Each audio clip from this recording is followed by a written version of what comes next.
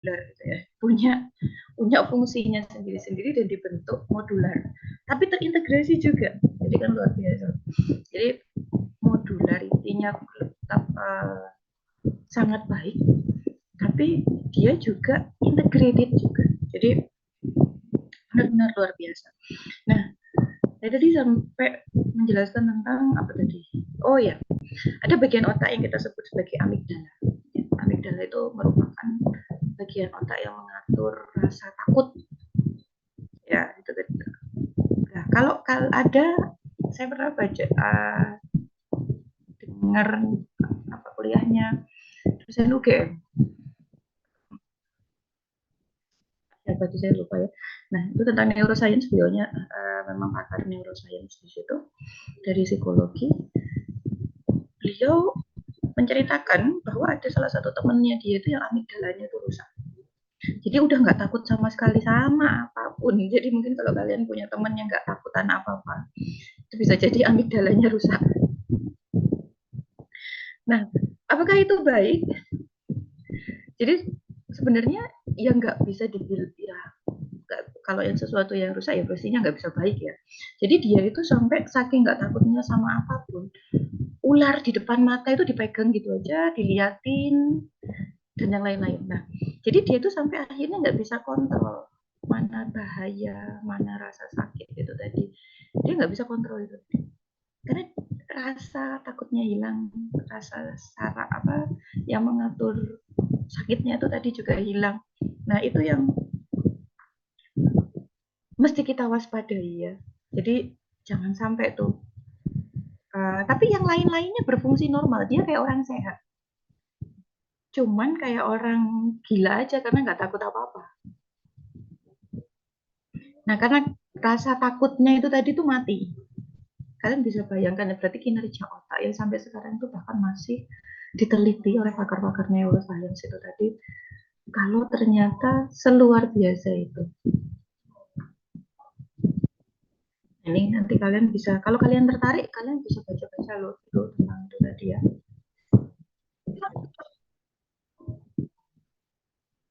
Nah, ini kalian bisa lihat di sini. Ini ada otak kecil yang tadi ya. Sebelumnya ini ada otak besar, cerebrum. Ini cerebellum, otak kecil.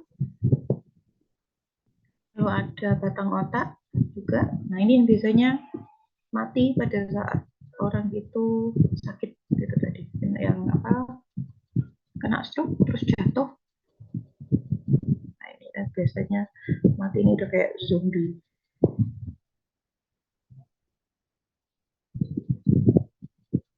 Nah, ini talamus menjaga lingkungan internal tubuh, tekanan darah, selera makan, rasa nikmat, mengatur tidur, dan lain sebagainya. Menerima impuls dan reseptor sensorik, menyampaikan informasinya ke bagian tepat di cerebrum. Hipotalamus mengatur suhu tubuh, rasa lapar, haus, marah, lelah. Mengendalikan kelenjar pituitari untuk fungsi endokrin. Ya, ini semuanya ada di hipotalamus ini.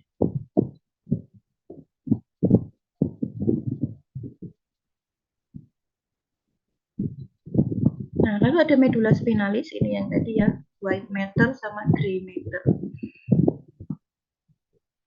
Materi putih dan materi abu-abu. Itu yang ada di sistem tulang belakang. Kalian bisa lihat lebih detail bagian-bagiannya. Ada ganglion, ada durameter ya. Itu yang kita sebut sebagai materi kelabu atau gray matter. Ini apa beberapa tentang medula spinalis ya. Nah, ini untuk mengatur gerak refleks. Ya, berawal dari medula oblongata ke arah kaudal melalui foramen magnum berakhir di antara vertebra L1 dan L2. L ini apa sih? L ini apa? Kalian mestinya sudah belajar di sistem rangka otot. Biasanya yang di bagian kayak leher. Jadi kurang jelas. Kurang jelas suaramu, Sen. Itu setahu saya biasanya merujuk ke vertebra beberapa yang juga itu kan dibagi lagi menjadi, kalau vertebra itu ada leher, punggung ke bawah. Iya betul. Jadi sepanjang tulang belakang kita itu kan dibagi menjadi beberapa bagian. Ada berapa bagian? Ada yang masih ingat berapa bagian? Ada berapa bagian? Dan L ini bagian yang mana nih L? Masih ingat nggak? Ada berapa sih jumlahnya L ini?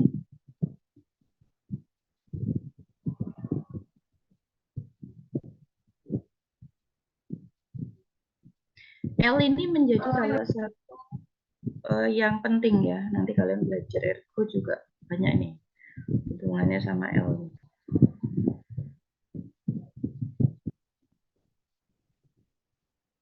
Ayo apa? Sambil makan cilok, sambil diliatin Google-nya. Kalau vertebra itu Hmm? jumlahnya sekitar 35 gitu. Mm-mm. L itu lumbar. Oke, betul. Ada berapa bagian lumbar itu? Ada 5. Ada 5. Jadi L1 sampai L5. Ya. Nah, yang berpengaruh itu biasanya terhadap uh, ini tadi ya, yang kalau nanti akan terbahas lagi di ergonomi itu yang L5. L5 dengan sakrum. Nanti ada L5 sama S1 itu sama sakrum. Jadi tulang di atas bagi apa termasuk tulang ekor juga sih sebenarnya ada yang tulang ekor itu ada yang dipisahkan menjadi bagian yang paling bawah sendiri, terus bagian atasnya itu sakrum. Nah, L ini di atas sakrum itu. L ini bagian di atas sakrum. Nanti yang di L5 itu tadi biasanya yang bikin orang-orang tua itu gampang kecetit tuh. Kecetit terus salah posisi terus akhirnya nggak bisa gerak lagi tuh pinggangnya. Nah, itu di ini tadi lumbar ini tadi. Ini yang biasanya kena impact beban yang tinggi. Kalau misalkan kita ngangkat berat, itu impactnya terhadap lumbar ini tadi bisa berkali-kali lipat. Kita ngangkat beban 3 kilo gitu. Kalau di lumbar yang dirasakan bukan 3 kilo, tapi bisa 6 kilo. 2 kali lipatnya. Atau mungkin beberapa kali lipat lebih tinggi daripada beban yang kita angkat itu. Ini kenapa kok apalagi cara ngangkat bebannya itu salah. Nah, itu akhirnya bikin lumbar itu tadi sakit itu. Kalian bisa lihat di sini ya. Dimana akhirnya dia itu bisa menangkap stimulus itu tadi atau rangsangan dan memberikan respon. Nah, ini tadi yang saya sampaikan. Di sini ada 8 pasang. Ini yang bagian atas yang di leher, serviks atau leher, toraks ini yang di dada. Ya, 5 pasang ini lumbar ini tadi ya. Di pinggang. 5 pasang sakral, sakrum itu tadi ya. Ngomongnya sih tulang kelangkang. Tapi sebenarnya cuman satu aja sih yang ekor ini tadi di bawah. Kalau apa ada yang mengatakan 6 pasang ini semuanya termasuk ekor. Kita jarang ngomongin kelangkang gitu ya. Ini tadi 5 lumbar ini di L yang kelima dan sakrum yang pertama biasanya tumpuan dari beban.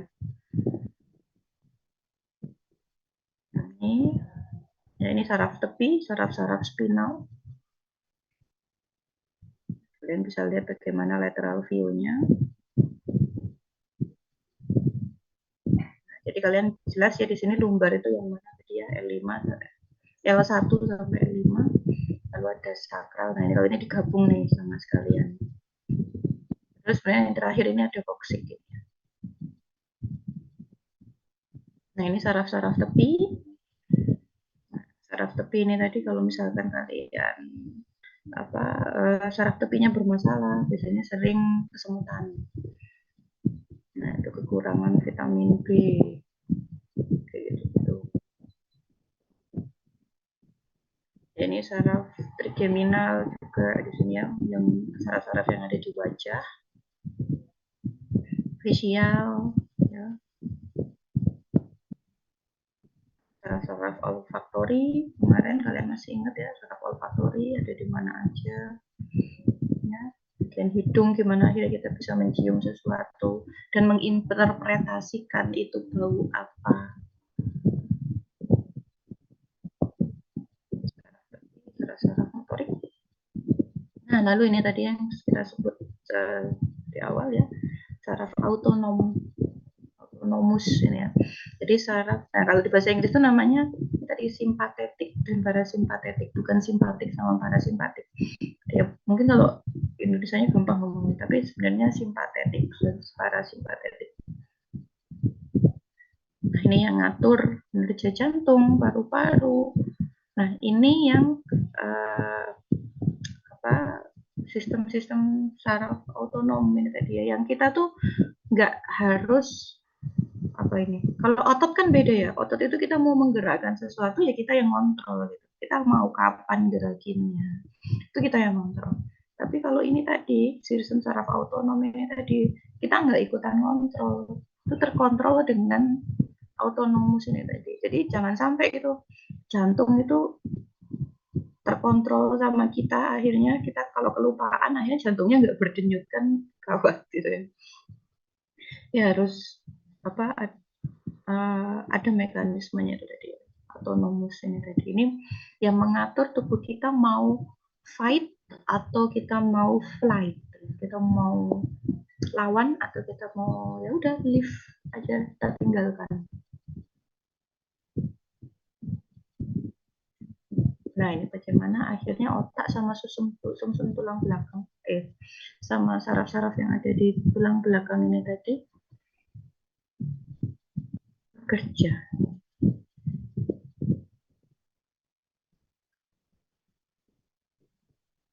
Nah, luar biasa ya. Ini susunan saraf, ya, terdiri dari sel-sel saraf, ada sel glia. Nah, sel-sel saraf, sel glia ini membentuk mielin bagi akson sehingga mempengaruhi kecepatan penghantaran impuls dari saraf. Dapat membelah. Nah, tadi ada yang mengandung, ada yang bermielin, ada yang tidak bermielin tadi. Kalian bisa lihat di sini struktur atau tipikal neuron. Jadi ini dari inti selnya nukleus itu tadi ya, bagaimana sel saraf ini tadi bagian-bagiannya ada dendrit itu percabangannya. Ya ini nukleus sama bagi selnya ini kita sebut sebagai badan sel, sel swan dan yang lain-lain. Kalian mungkin masih ingat waktu sekolah dulu ya. Ini badan sel ini tadi, ada nukleus, ada badan sel, lalu ada dendrit bagian cabang-cabangnya. Nah, lalu ada akson, ya, ada akson, lalu ada mielin, ya, yang kayak sosis tuh, ada terminal button. Nah, ini ada selubung mielin. Nah, ini selubung mielin, kalian bisa lihat tuh melindungi akson. Nah, sel saraf ini dibagi menjadi 3 macam. Ada sensorik, ada motorik, dan ada konektor. Atau kita sebut sebagai interneuron. Jadi sifatnya ada yang bentuknya ada yang unipolar, ada yang multipolar, dan ada bipolar. Jadi kita sebut sebagai interneuron itu tadi karena bipolar, ada 2. Ininya di tengah-tengah gitu dia.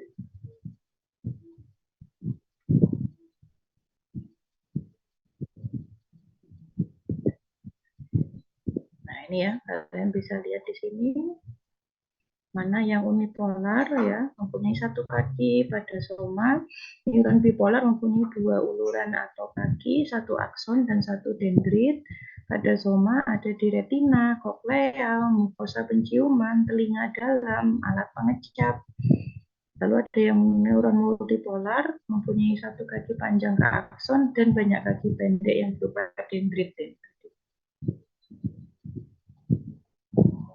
Ini multipolar ini karena motorik ya, ini yang ngatur motorik loh, multipolar, sensorik yang unipolar, dan ada yang interneuron ya, bipolar. Nah, ini kalian bisa lihat neuron aferen kita sebutnya ya, sensorik itu tadi yang unipolar, berfungsi menghantarkan impuls saraf dari reseptor alat indera menuju ke otak atau sumsum tulang belakang.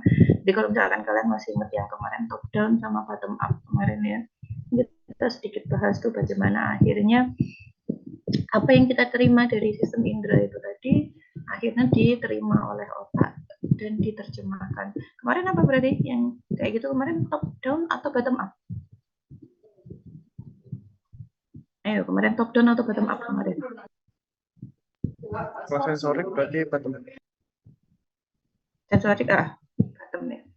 Jadi dari bottom up karena dari 5 indera itu tadi ada stimulusnya apa, akhirnya kita terjemahkan itu ya, diterjemahkan oleh otak dan kita kasih respon. Lalu ada motorik ya, ini berfungsi membawa impuls dari otak atau sumsum tulang belakang menuju ke efektor otot atau kelenjar. Jadi kita responnya mau memukulnya kayak, atau kita mau mengangkat sesuatu atau apa ya. Nah, ini neuron motor, akson berakhir di otot, neuron sekresi berarti akson akan berakhir di kelenjar ya, sistem endokrin kemarin. Neuron akselerator, akson berakhir di jantung untuk mempertinggi aktivitas jantung. Neuron inhibitor, akson berakhir di jantung untuk mengurangi aktivitas jantung. Nah, jadi jantung itu aktivitasnya bisa dikencengin, bisa dilambatin sesuai dengan kebutuhan kita.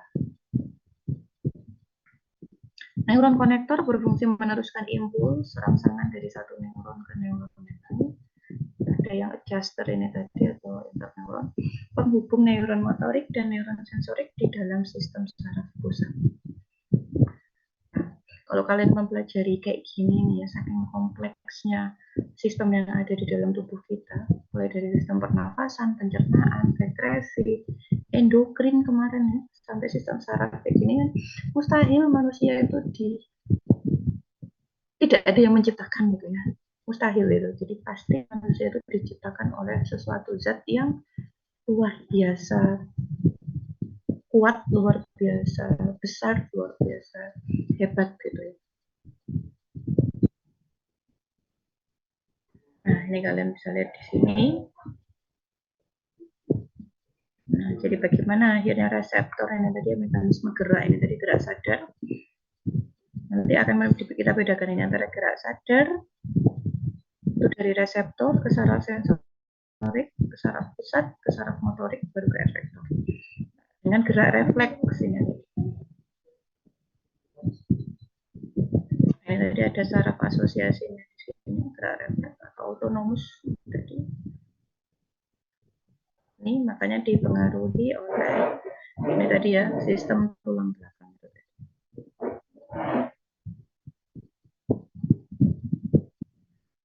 Bisa lihat di sini ini gerak refleks. Bagaimana seseorang yang menyentuh panas atau api dari lilin ini tadi akhirnya tangannya langsung refleks berpindah gitu ya. Jadi ototnya itu tadi tidak kita perintahkan untuk pindah dulu. Kalau kita mikirnya kita perintahkan untuk pindah, kelamaan. Ya. Kita baru mikir, oh ini panas, berarti ini kita harus pindahkan, tuh kelamaan gitu. Pasti kalau itu dikontrol sama kita, jadi nggak bisa kayak gitu kalau untuk yang sistem refleks. Nah, ini ada mekanisme jalannya impuls ya, bagaimana impuls itu tadi disalurkan ya, mengalir melalui sel saraf yang disebabkan adanya perbedaan potensial listrik yang disebut dengan polarisasi. Nah, tadi kinerjanya sistem saraf itu elektrochemical ya, elektrokimia. Ada listrik sama chemical di situ sehingga akhirnya bisa memberikan respon terhadap tubuh. harus seperti apa.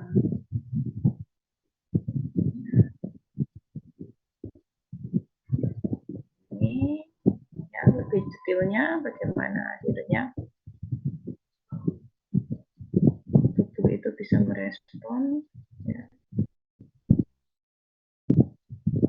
mekanisme jalannya impuls antar neuron dari sel saraf satu ke sel saraf berikutnya. Nah, lalu ada Alzheimer,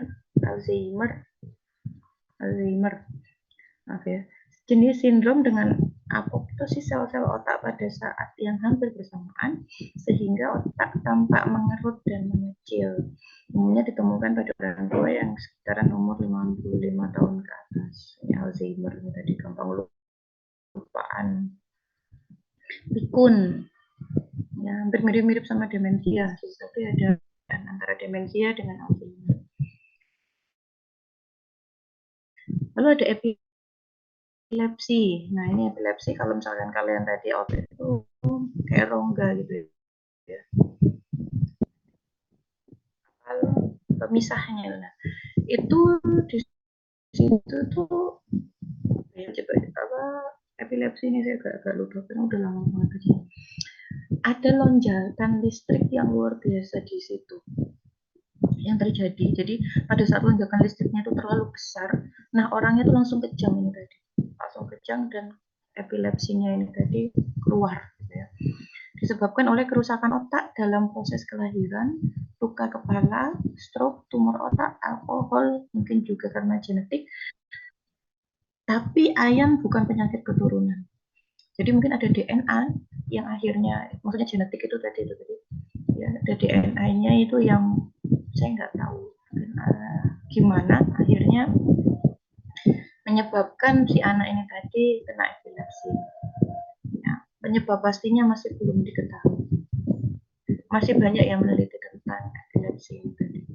Jadi setahu saya itu tadi ada lonjakan listrik di otak yang luar biasa besar sehingga pada saat itu terjadi itu bisa datang kapan saja sehingga mengakibatkan seseorang itu tadi kejang sampai ini biasanya muntah gitu ya, mengeluarkan busa muntah. Lalu ada neuritis dan sebenarnya masih banyak lagi penyakit yang lain tapi kita pelajari beberapa ya.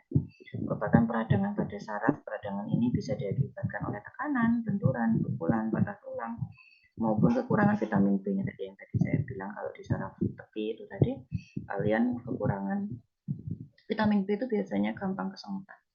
Nah, sampai sini ada yang ingin kalian tanyakan terkait sistem saraf?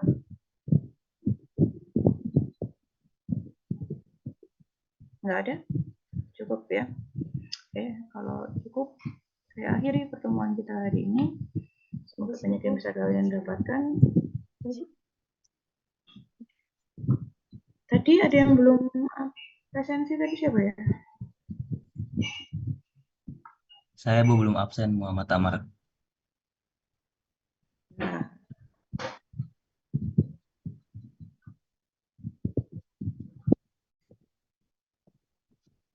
Saya belum, Bu. Saya belum absen. apa tadi? Muhammad Amar Faras, Bu. Muhammad Amar. Saya Hanan Ranauti tadi juga belum di absen, Bu.